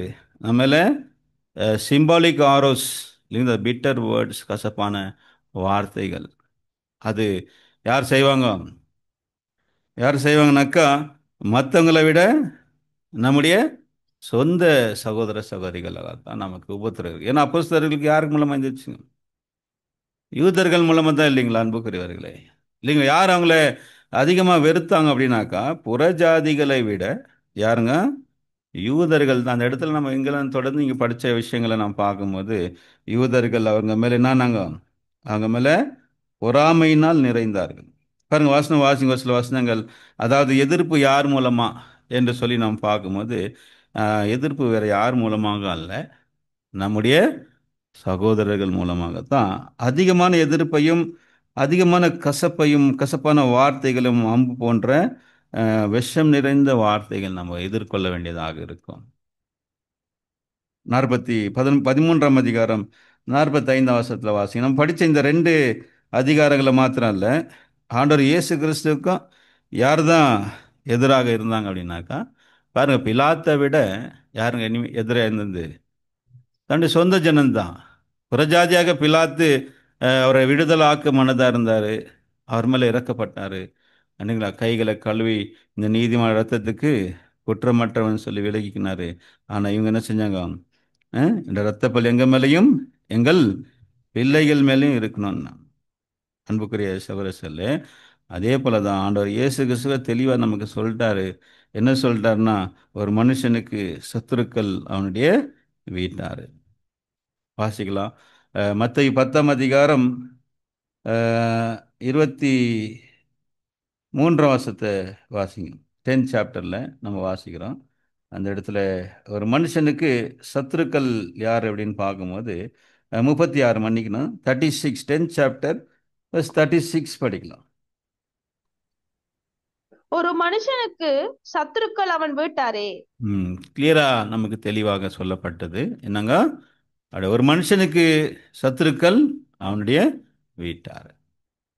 பெரியவன நம்ம ஆனால் ஒன்று நம்ம யோசிக்க வேண்டிய விஷயம் என்னன்னாக்கா, நம்ம அப்போஸ்தலர்கள் போல நமக்கு எந்த மாதிரியான ஒரு உபத்திரவங்கள் எல்லாம் வரலை இல்லைங்களா? நம்ம ஒரு சில உபத்திரவங்களை நம்ம சந்தித்தாலும் நம்ம வாழ்க்கையில் வந்தால் நம்ம என்ன ஆயிரும்? நம்ம சோர்ந்து போய்விடுகிறோம். ஆனால் அன்புக்குரியவர்களே, அப்போஸ்தலர் பட்ட இந்த கஷ்டங்களை நம்ம இந்த இடத்துல நம்ம பார்க்கணும். அது அங்கே சொன்ன விஷயம் என்னன்னா, அநேக உபத்திரவங்கள் வழியாய் தேவனுடைய ராஜ்யத்தில் போக வேண்டும்.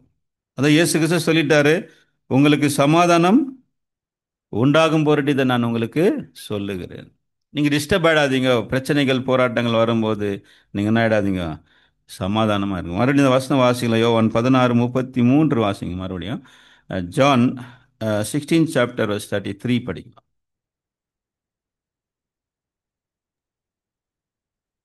யோவான் 16:33. என்னிடத்தில் உங்களுக்கு சமாதானம் உண்டா என்னிடத்தில் உங்களுக்கு சமாதானம் உண்டாயிருக்கும் பொருட்டு இவைகளை உங்களுக்கு சொன்னேன். ம் உலகத்தில் உங்களுக்கு உபத்திரவம் உண்டு, ஆனாலும் திடங்கொள்ளுங்கள், நான் உலகத்தை ஜெயித்தேன் என்றார். பாத்தீங்களா என்ன சொல்லிட்டாரு? என்னிடத்தில் சமாதானம் உண்டாகும் பொருட்டு இவைகளை உங்களுக்கு சொல்லுகிறேன். நாளைக்கு பிரச்சனை வரும்போது, ஐயோ நான் இதெல்லாம் தெரிஞ்சிருந்தா நான் கான்சிக்ரேஷனு பண்ணியிருக்க மாட்டேன்னு, இங்கே வந்திருக்க மாட்டேன்னு. ஏன் தான் இங்கே வந்தவனும் அங்கே இருந்தால் நல்லா இருந்துச்சு. நிறைய பேர் நம்ம என்ன பண்ணுவோம், நிறைய பேர் நம்ம அநேக மாணவர்கள் இப்படி புலம்புறது நம்ம அநேக இடங்களை நாம் பார்க்குறோம். ஏன்னோ நினச்சி வந்தேன் பிரதர், இங்கே பார்த்தா அங்கே விட இங்கே நிறைய பிரச்சனைங்க இருக்குது, இப்படி இருக்கிறாங்களே அப்படின்னு சொல்லி அநேகர் நம்ம என்ன பண்ணலாம், நம்ம பேசலாம். பெரியமான ஆண்டவர் தான் சொல்லிட்டாரு, உங்களுக்கு சமாதானம் உண்டாகும் பொருட்டு இவைகளை என்ன பண்ணேன் உங்களுக்கு சொன்னேன். உலகத்தில் உங்களுக்கு என்ன இருக்கு? தெளிவா ஆண்டவர் சொல்லி தான் கூட்டு வந்தார். உலகத்தில் உங்களுக்கு உபத்திரம் உண்டு, ஆனாலும் திடன் கொள்ளுங்கள், நான் உலகத்தை ஜெயித்தேன். 1 John 3:13 கூட நம்ம வாசிக்கலாம். 1 John 3rd chapter 13th verse கூட நம்ம வாசிக்கலாம். ஆண்டவருடைய அப்போஸ்தலர்களும் ஆண்டவர் சொன்ன வார்த்தைகளை நம்ம பார்க்கலாம். 1 John 3:13. 1 John 3:13 வாசத்தை வாசி.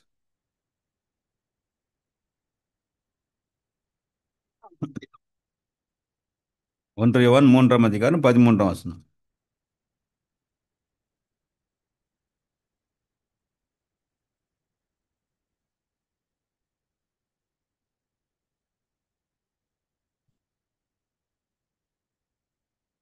வாசிங்க சிஸ்டர். 1 John 3:13.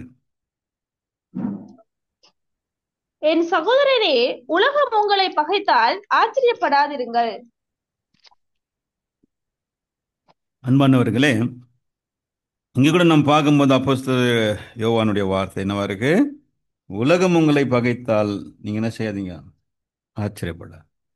அப்போ உலகம்னா நம்ம யாரை எடுத்துக்கிறோம் அப்படின்னா, பெரியமானவர்களே, இங்கே தான் நம்ம கன்ஃபியூஸ் பண்ணிக்கிறோம். என்னன்னாக்கா, உலகம் நமது அந்நியர்களை தான் நம்ம என்ன பண்ணுறோம், எடுத்துக்கணும். அதாவது சகோதரர்கள் என்ற போர்வையில் இருக்கக்கூடியவர்கள். ஆனால் யாரா இருக்கிறாங்க? ஃபால்ஸ் பிரதரன்ஸ். ஃபால்ஸ் பிரதரன், போலியான கள்ள சகோதரர்கள் மூலமாக நமக்கு என்ன வரும்? பகைகள் வரும். எப்போ இருள் வந்து வெளிச்சத்தை என்ன செய்யும்? இருள் வெளிச்சத்தை பகைக்கும், இல்லைங்களா பிரியமானவர்களே? அப்படி யாரெல்லாம் இருளில் இருக்கிறாங்க, நிச்சயமா அவங்க நம்மளை பகைப்பார்கள். சத்தியத்தில் இருக்கிறவங்க நம்மளை என்ன செய்வாங்க? நம்மளை நேசிப்பாங்க. வெளிச்சம் வெளிச்சத்தை என்ன பண்ணும்? எதிர்க்காது. இருளில் இருக்கக்கூடியவர்கள், பிரியமானவர்களே, அவர்கள் நம்ம என்ன செய்வாங்க? பகைப்பார். மத்திய 5:11 கூட ஆண்டு சொல்லும்போது என்னங்க, என் நாமத்தினாலே உங்களை இல்லாத பொல்லாதை உங்கள் பேரில் பொய்யாய் சொல்வார்கள், நீங்கள் பாக்கியவான்களாக இருப்பீர்கள். படிங்க 5:11 வாசி. என் 5th chapter நிமித்தம் verse உங்கள் 11. என் நிமித்தம் உங்களை நிந்தித்து துன்பப்படுத்தி பலவித தீமையான மொழிகளையும் உங்கள் பேரில் பொய்யாய் சொல்வார்களானால் பாக்கியவான்களாய் இருப்பீர்கள். பாருங்க பிரியமானவர்களே, சொல்லலைன்னா தான் நம்ம வருத்தப்படணும். நம்ம ஒழிய சொன்னாக்கா நம்ம என்ன பண்ணணுமா? அடுத்த வருஷத்தை வாசிங்க சிஸ்டர். சந்தோஷப்பட்டு களி கூறுங்கள், ம் பரலோகத்தில் உங்கள் பலன் மிகுதியாய் இருக்கும். ம் உங்களுக்கு முன்னிருந்த தீர்க்கதரிசிகளையும் அப்படியே துன்பப்படுத்தினார்களே. பாருங்க அன்புக்குரிய சகோதரர் என்ன சொல்லிட்டாரு? அதாவது என் நிமித்தம் உங்களை நிந்தித்து துன்பப்படுத்தி பலவித தீமையான மொழிகளை உங்கள் பேரில் பொய்யாய் சொல்வார்கள்னால நீங்கள் பாக்கியவான்கள். நம்மளை யாராவது நிந்திக்கிறாங்க, துன்பப்படுத்துறாங்க அப்படின்னாக்கா நம்ம யாரா இருக்கிறோம்? பாக்கியவான்கள். துன்பப்படுத்தலாம் தான் பிரச்சனை, துன்பப்படுத்தினாங்கன்னா நம்ம பாக்கியவான். ஆண்டவர் சொன்ன வார்த்தை நாங்க சந்தோஷப்பட்டு களி கூறுங்கள், பரலோகத்தில் உங்களுக்கு என்ன இருக்கு? மிகுந்த பலன் இருக்கு. ஏன்னா நமக்கு முன்னாடி இருந்தவங்களாம் இந்த வழியில தான் போனான். நமக்கு முன்னாடி இருந்தவர்கள் எல்லாம் இந்த உபத்திரத்தின் வழியாக தான் என்ன செஞ்சாங்களாம்? கடந்து போனார்கள் என்று சொல்லி ஆண்டவர் நமக்கு இங்கே ஒரு ஆறுதலான வார்த்தை இங்கே நமக்கு சொல்றார்.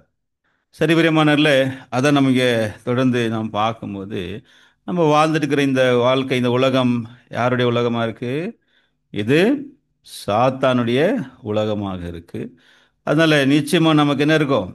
நமக்கு போராட்டங்கள் இருக்கும். அதனால எதுக்கு இந்த போராட்டம், எதுக்கு இந்த துன்பங்கள், எதுக்கு இந்த பிரச்சனை அப்படின்னா, இது this is the divine arrangement for the perfecting our character and for our testing as respect our fitness for joint heirship with our Lord. அதாவது இதுதான் நம்மை இயேசு கிறிஸ்துவோடு உடன் சுதந்திராவதற்கான ஒரு தகுதி என்ன செய்யுது. இது ஒரு டிவைன் அரேஞ்ச்மெண்ட், இதுதான் ஒரு தெய்வீகமான ஒரு வழி, இது ஏற்பாடு. தேவனுடைய ஏற்பாடு என்னங்க, நம்ம பூ மத்தியில் நடத்தி நம்மளை கொண்டு போகுது அவருடைய ஏற்பாடு அல்ல, இல்லைங்களா? நமக்கு புகழ்ச்சி, நம்மளுக்கு மகிமை, நமக்கு சந்தோஷம் இப்படின்ற இந்த வழியில் இல்லை பிரியமானவர்களை. உபத்திரத்தின் வழிதான், முள்ளும் இல்லைங்களா கரடு முரடான இந்த பாதையில் தான் நம்ம கடந்து போனோம். இது என்னன்னு கேட்டிங்கன்னா, it is a divine arrangement. இது தேவனுடைய ஏற்பாடாக இருக்கு. இந்த வழியாக நமக்கு என்னங்க, நம்முடைய குணங்கள் என்ன பண்ணுற, நம்மளை பர்ஃபெக்ட் பண்ணுறாரு இல்லைங்களா, பர்ஃபெக்டிங் அவர் கேரக்டர்ஸ். இது நமக்கு தெரியாது, நம்மையே அறியாமலே நம்முடைய குணங்கள் நாட்டுக்கும் மாறிக்கொண்டு வரும். நமக்குள்ள பொறுமை, சாந்தம், சத்துருவை நேசிக்கக்கூடிய ஒரு அன்பு இல்லைங்களா, தயவு, இரக்கம் போன்ற குணங்கள் நமக்குள்ள நாட்டுக்கு இந்த இந்த உபத்திரவம் நம்மளை உருவாக்கிட்டு இருக்கோம். ஆனால் நம்மளால் அந்த நேரத்துக்கு அறிய முடியாது. ஆனால் அதை நம்ம ஏற்றுக்கொள்ளோம், அக்செப்ட் பண்ணோம்னா நிச்சயமாக அது நமக்கு பலன் கொடுக்கும். அது மாத்திரம் இல்லை, இது எதுக்காக அப்படின்னாக்கா, நம்மளை fitness, it was our fitness for our for joint heirship with our Lord. இது இயேசு கிறிஸ்துவோடு கூட நமக்கு இருக்கக்கூடிய ஒரு விஷயம். அதனால் நம்ம எதை நம்ம வறுக்கக்கூடாது. நம்ம எங்கே வாழ்ந்துட்டுக்கிறோம். Let us not forget dear friends that the present evil world has not yet closed. இன்னும் நம்ம தேவனுடைய ராஜ்யத்துக்குள்ள, அதாவது கிறிஸ்துவுடைய இந்த மேசியா யுகத்துக்குள்ள நம்ம போல இன்னும் நம்ம எங்கே இருக்கிறோம். we are still in the Satan is still its prince and the tribulation is still the cost of place in the throne. அதான் இன்னும் என்ன இருக்குதுனாக்கா, இந்த உபத்திரவம் தான் நம்ம கொடுக்க போகிற சிங்காசனத்துக்கு நம்ம கொடுக்கக்கூடிய விலையாக இருக்கு. என்ன விலை நம்ம கொடுக்க போகிறோம் அப்படின்னா, இந்த உபத்திரவங்களை நம்ம என்ன செய்யணும், நம்ம சகிக்க வேண்டும் இல்லைங்களா. அதாவது அவரோடு கூட நம்ம பாடுகளை சகித்தோமானால் அவரோடு கூட ஆளுகை செய்வோம் இல்லைங்களா. அவரோடு கூட பாடுகளை சகிக்க வேண்டும். இல்லைன்னா நமக்கு என்ன, இட் வாஸ் அ காஸ்ட் இல்லைங்களா. இது என்னங்க, the cost of a place in the throne. Expecting this persecution will not disappoint us. அதனால் இந்த உபத்திரவங்கள் நம்ம என்ன பண்ணிடக்கூடாது, நம்மளை சோர்வடைய செய்து விடக்கூடாது இல்லைங்களா. அதை நம்ம பெற்றுக்கொள்ளும் போது நம்ம அதை சோர்ந்துடக்கூடாது. As with our Lord, we may find that a man's foe shall be they of his own household, his own people, his own nation. இது நம்ம என்ன பண்ணிடக்கூடாது, நம்ம ஆண்டவர் இயேசு சொன்ன வார்த்தையை நம்ம நினைவில் வைத்துக்கொள்ளணும். உன்னுடைய சத்ரு யாரு, உன்னுடைய வீட்டாரே. பிரியமானவர்களே, கடைசியா சகோதரர் நமக்கு இங்கே ஒரு பொயம் எழுதி இந்த பாடத்தை நம்ம முடிக்கிறோம். அதனால என்ன சொல்றார், be strong. We are not here to play, to dream, to drift. We have hard work to do and loads to live. Shun not the struggle, face it, tis God's gift. இல்லைங்களா. என்ன சொல்ல வர்றாருன்னா, வலிமையாக இரு இல்லைங்களா. நாம் விளையாடவோ இல்லை கனவு காணவோ அலைந்து தெரியவோ இங்கு இல்லை. நமக்கு செய்ய வேண்டிய கடுமையான உழைப்பும் வாழ்க்கையின் சுமைகளும் உள்ளன. எதை தூக்கி, பாரத்தை தூக்கி நம்ம தலைமையில் வச்சுக்கிறோம்னாக்கா இல்லைங்களா, வேண்டாத பாரங்களை தூக்கி நம்ம தலைமையில் வச்சுக்கிறோம். ஆனால் நம்ம மேலே தலைமையில் சுமத்த வேண்டிய பாரம் எதுங்க, இந்த சுவிசேஷத்தின் ஊழியம். நம்ம ஆண்டவர் இயேசு கிறிஸ்து நம்மகிட்ட அவரோட அப்போஸ்தலர்கிட்ட கொடுத்துட்டு போனார் இல்லைங்களா. அந்த ஒரு ஊழியம், இந்த சபையை கட்டி எழுப்புவது, அவருடைய ராஜ்யத்தை என்ன பண்ணோம், நம்ம கட்டணும். அதான் ஆண்டவர் சொல்கிறார் இல்லைங்களா, தனக்குத்தானே பிரிஞ்சிருக்கிற எந்த ராஜ்யமும் என்னாகாது, நிலைக்காது. இல்லை, இன்டர்னலாகவே பிரச்சனைகள் இருக்கும்போது பிரியமானவர்களே, சாத்தான் ஈஸியாக நம்மளை என்ன பண்ணிவிடுவான், நம்மளை வீழ்த்தி விட்டு போயிடுவான் இல்லைங்களா. அதனால் இங்கே தான் சொல்கிறாரு இல்லைங்களா, நமக்கு கடினமான உழைப்பும் வாழ்க்கையும் சுமைகளும் இருக்குது. நம்ம இங்கே விளையாடுறதுக்காகவோ இல்லை என்னங்க கனவு காணவோ இல்லை வேறு வேறு விஷயங்களுக்காக அலைந்து திரியோம், நம்ம இங்கே வரல. போராட்டத்தை தவிர்க்காதே, அதை எதிர்கொள். இல்லைங்களா? அது கடவுளின் பரிசு அப்படின்றார். போராட்டத்தை நீங்கள் என்ன பண்ணாதீங்க, போராட்டம் வருது அப்படின்னு நமக்கான பிரச்சனை அப்படின்னு நீங்கள் என்ன ஆகிடாதீங்க, அஹ், தவிர்க்காதீங்க. அது என்ன பண்ணுங்க, ஃபேஸ் இட். இல்லைங்களா? அதை எதிர்கொள். அது என்னங்க, அது கடவுளின் ஒரு பரிசு. வலிமையாக இரு. தவறு எவ்வளோ ஆழமாக வேரூன்றி உள்ளது என்பது முக்கியமல்ல. இல்லைங்களா? போர் எவ்வளோ கடினமாக செல்கிறது. இல்லைங்களா அன்புக்குரியவர்கள்? அஹ்? அதாவது தவறு எவ்வளோ ஆழமாக போகுதுன்றது முக்கியம் கிடையாது. இல்லைங்களா? அவங்க எவ்வளோ தவறு செஞ்சாங்களோ நம்ம எந்த அளவுக்கு போர் செய்கிறோம். நம்முடைய போர் எவ்வளோ ஹார்டாக இருக்கு. என்ன போர்? அடிக்கு அடியில் சபிச்சவங்கள மறுபடியும் சபிக்கிறது கிடையாது. சபிக்கிறவர்களை ஆசீர்வதிப்பது தான் நம்முடைய போர், நம்ம எதிர்கொள்ள வேண்டிய போர். கடினமான போர்.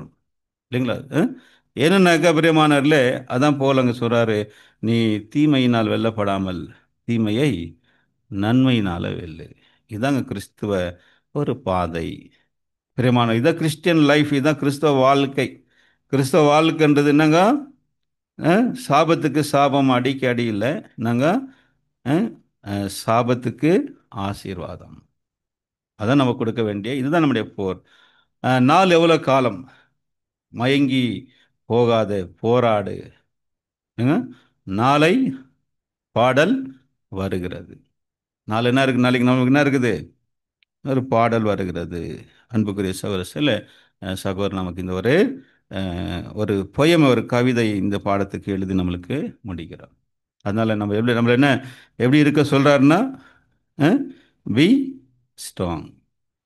இல்லைங்களா? வலிமையாக இருக்க சொல்லி நமக்கு சொல்லக்கூடிய ஒரு பாடம். அதனால் இன்றைய தினத்தில் நம்ம, இல்லைங்களா, அநேக உபத்திரங்கள் வழியாக தேவனுடைய ராஜ்யத்தில் பிரவேசிக்க வேண்டும். அப்போ சார் கடந்து போன அந்த பாதை பாருங்க அன்புக்குரியவர்களே, கொஞ்சம் யோசித்து பார்க்கும்போது நம்ம ஒன்றுமே இல்லை.